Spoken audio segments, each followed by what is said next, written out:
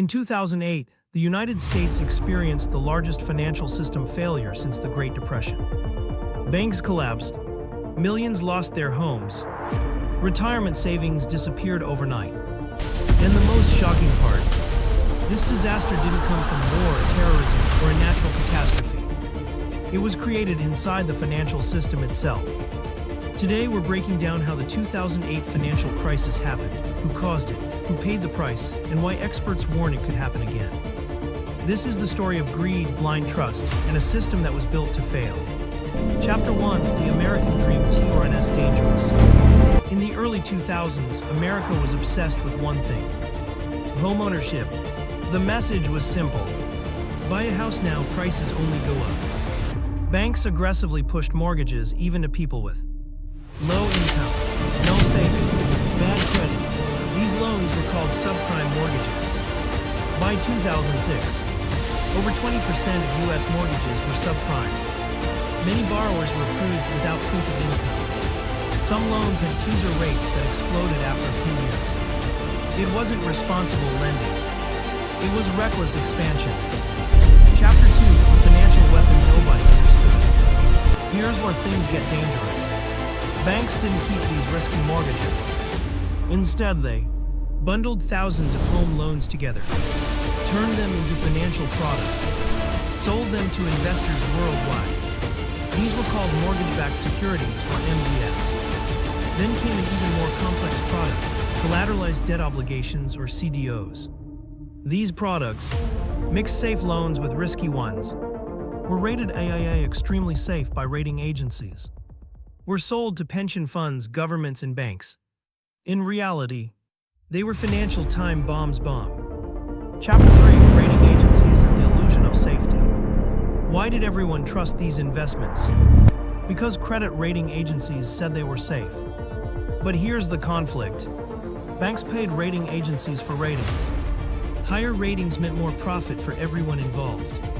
So risky products were labeled as low risk. It was like labeling gasoline as water and selling it near fire. This fake sense of safety allowed trillions of dollars to flow into toxic assets.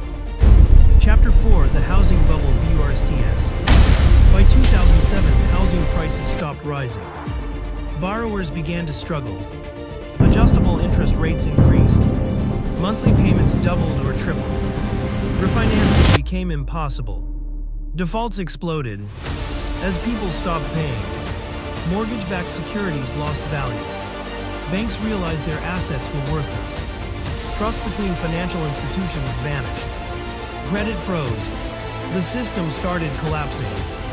Chapter 5, Lehman Brothers in total panic. In September 2008, Lehman Brothers collapsed. This was a 158-year-old investment bank with $600 billion in assets. Its bankruptcy triggered panic across global markets, caused stock markets to crash, proved that too big to fail was a lie. Within weeks, AIG needed a $180 billion bailout. Major banks were on the brink of collapse. The Dow Jones fell over 50% from its peak. The financial system was minutes away from total failure. Chapter 6, The Human Cost. This wasn't just numbers on a screen. The real cost was human.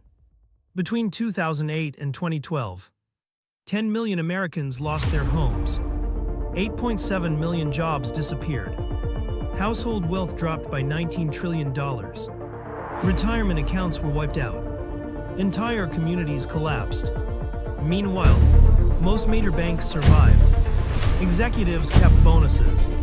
Taxpayers funded the rescue. The system was saved, the people were not.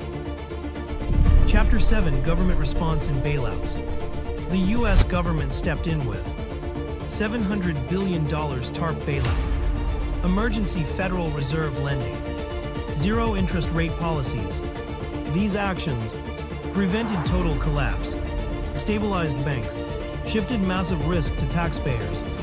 Critics argue the crisis was socialized, but the profits stayed private. Conclusion: could it happen again? After 2008, new regulations were introduced. Banks became larger, not smaller. Debt levels reached new highs. Many experts warned The system was repaired, not redesigned. The 2008 crisis proved one thing clearly.